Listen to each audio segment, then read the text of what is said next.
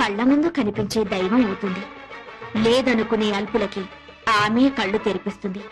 నైవేద్యాన్ని ఆ అమ్మనే పిలిచి తినిపించాడు ఓ చిన్న పూజారి. ఓం శ్రీ కనకదుర్గా దేవి దత్తాత్రేయ, నేను ట్రస్టీ గారితో మాట్లాడొస్తాను. త్వరగా నైవేద్యం పెట్టేసి మేయర్ గారింటికి ప్రసాదం పట్టుకెళ్ళాలి. నేను వేద పాఠశాలకు వెళ్ళాలి, తొందరగా రండి. అవన్నీ తర్వాత, అమ్మవారికి నైవేద్యం పెట్టాకే వెళ్ళు. నేను ట్రస్టీ గారితో ప్లేట్ల కలెక్షన్ గురించి మాట్లాడి వెంటనే వచ్చేస్తాను. ఎక్కువ మంత్రాలు చదవకుండా త్వరగా కానీ పులిహోర పైన జీడిపప్పు కదలకుండా నైవేద్యం పెట్టు.